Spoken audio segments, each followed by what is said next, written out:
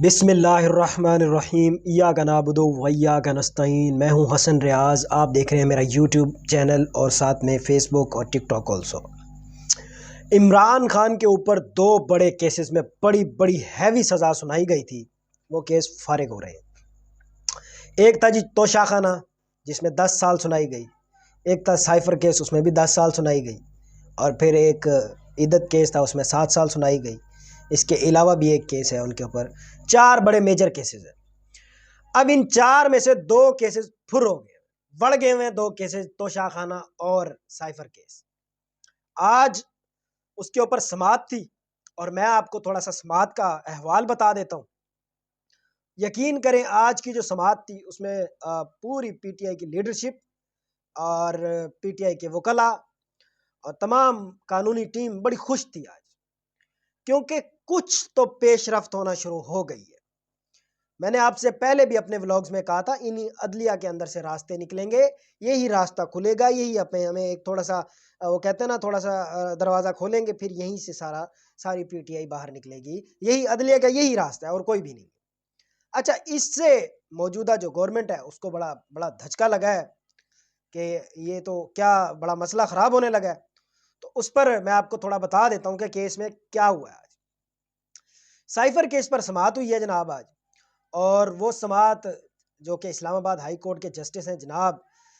Justice عامر فاروق اور justice میاں گل حسن اورنگ زیب صاحب، یہ 2 رکنی بینچ تھا، انہوں نے جی سماعت سنی۔ آج سماعت میں جو پی ٹی آئی کے بیرسٹر صفدر صاحب تھے وہ تھے، ادھر سے پروسیکیوٹر تھے حکومت کی طرف سے، قانونی اداروں کی طرف سے، تو اس پر سماعت شروع ہوئی، تو جس پر انہوں نے کہا کہ آپ بتائیں جی ان کو کس معاملے میں سزا دی گئی ہے۔ اب یہ انہوں نے پروسیکیوٹر سے کوسچن کیا۔ پروسیکیوٹر سے کوسچن کرنے سے پہلے جو پی ٹی آئی کے جو وکلاء ہیں بیرسٹر سلمان صفدر صاحب، انہوں نے شاہ محمود قریشی کی جو تقریر تھی نا جی، وہ پڑھ کر سنا دی۔ انہوں نے کہا جی شاہ محمود قریشی کو صرف اسی تقریر کی بنا پر 10 سال قید کی سزا سنا دی گئی کہ جی انہوں نے یہ تقریر کر دی ہے اور اور اس تقریر سے اشتعال انگیزی ہوئی ہے اور یہ غلط ہے، پاکستان کے اندرونی معاملات کو اچھالا گیا ہے، لہٰذا ان کو 10 سال کی قید سنائی جاتی ہے۔ انہوں نے پھر یہ تقریر پراپر پڑھ کر سنائی۔ اس کے بعد عمران خان نے جو تقریر کی وہ بھی انہوں نے پڑھ کر سنائی۔ تو جب یہ ساری تقریر سن لی جسٹس صاحب نے، تو انہوں نے کہا یہ تو ایک سیاسی تقریر ہے، اس میں کون سے پاکستان کے سیکیورٹی معاملات باہر آ رہے ہیں، ذرا مجھے سمجھایا جائے۔ اس پر انہوں نے سوال کیا پروسیکیوٹر سے کہ جی آپ مجھے بتائیں اس سائفر کے اندر کیا معاملات ہیں۔ انہوں نے کہا جی سائفر آیا تھا اور اس کی 4 کاپیاں ہوتی ہیں، وہ مختلف شخصیات کو جاتی ہیں، مختلف آفیشلز کو جاتی ہیں اور پھر واپس آتی ہے اور ان کو سیل کر دیا جاتا ہے، کیونکہ وہ پاکستان کی خفیہ انفارمیشن ہوتی ہے، لہٰذا ان کو ریویل آؤٹ نہیں کیا جا سکتا۔ انہوں نے کہا یار آپ ایک طرف سے یہ کہتے ہیں کہ عمران خان نے جلسے میں سارا کچھ پبلک کر دیا اور اسی پبلک ہونے پر آپ نے اس کو 10 سال کی سزا سنا دی، اور پھر دوسری طرف کہتے ہیں کہ ہم اس سائفر کو پبلک نہیں کرنا چاہتے۔ یہ تو کھلا تضاد ہے، یعنی یا تو آپ کہیں پبلک ہو گیا، اگر پبلک ہو گیا تو پھر لائیں ہمیں بھی دکھائیں۔ انہوں نے کہا سب سے پہلے ہمیں سائفر دکھائیں کہ سائفر کے اندر ہے کیا، سائفر کے اندر معاملات کیا ہیں، ڈسکشن کیا ہے، بات کیا ہے، تھوڑا سا ہمیں بھی پتہ لگے۔ انہوں نے کہا ہمیں اس چیز کا نہیں پتہ، ہمیں تھوڑا بتائیں، ہمیں اس پر پروسیکیوٹر جو تھے انہوں نے کہا جی اس کا تو مجھے بھی نہیں پتہ۔ تو یہ ایک بڑا عجیب سا سما حیران کن تھا۔ انہوں نے کہا جب آپ کو بھی نہیں پتہ، تو انہوں نے کہا اچھا جس میاں گل حسنات نے جس نے اس پر فیصلہ سنایا تھا کیا انہوں نے بھی یہ سائفر دیکھا ہے یا نہیں؟ انہوں نے کہا نہیں، انہوں نے بھی نہیں دیکھا۔ انہوں نے کہا یعنی آپ نے ایک سائفر ان کو دکھایا بھی نہیں۔ ایک بندے پر اس چیز کا الزام ہے کہ انہوں نے اشتعال انگیزی کی، انہوں نے عوام کو اکسایا، ان کو اس تقریر کی وجہ سے 10 سال کی قید سنا دی گئی، اور عمران خان کو وہ سائفر ایسے لہرانے پر آپ نے، یعنی یا تو آپ کہہ دیں کہ پبلک ہو گیا، تو یا پھر آپ کہہ دیں کہ پبلک نہیں ہوا۔ اگر پبلک نہیں ہوا تو پھر عمران خان کو کوئی سزا نہیں بنتی۔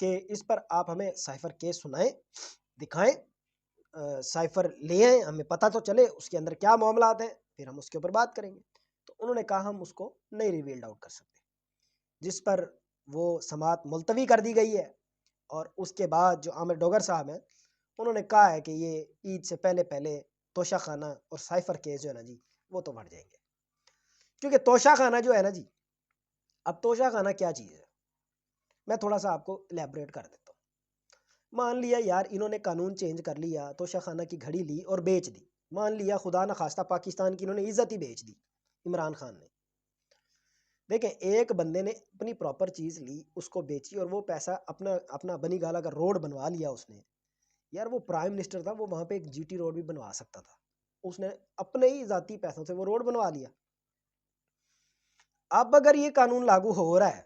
کہ انہوں نے کیوں بیچی، تو پھر 1947 سے لے کے اب تک جتنے بھی توشہ خانہ سے چیزیں لی گئی ہیں، جس نے لی ہیں وہ سامنے لائی جائیں کہ ان کو بیچا نہیں گیا، اگر بیچا گیا ہے تو ان سب کو اندر کریں۔ اب جب وہ ساری چیزیں سامنے لائی جائیں گی نا جی، اس میں مریم نواز لاتعداد گھڑیاں لے چکی ہیں، اس میں شہباز شریف صاحب بھی لے چکے ہیں، نواز شریف صاحب بھی لے چکے ہیں، باقی اسٹیبلشمنٹ کے بھی لوگ لے چکے ہیں،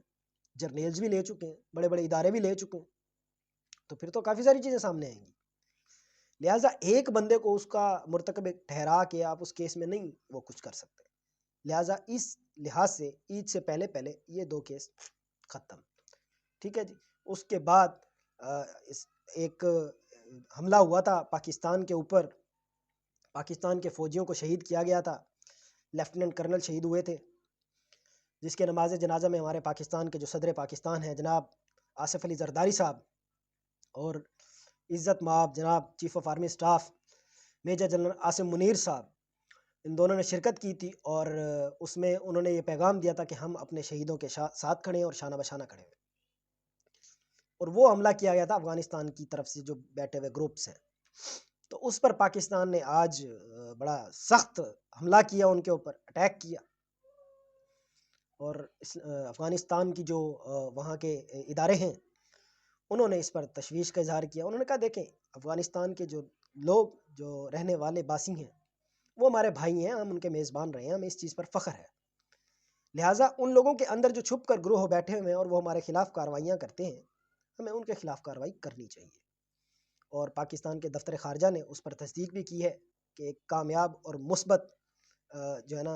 اٹیک کیا گیا ہے، جس پر افغانستان کے جو گروہ تھے ان کو جہنم واصل کیا گیا ہے۔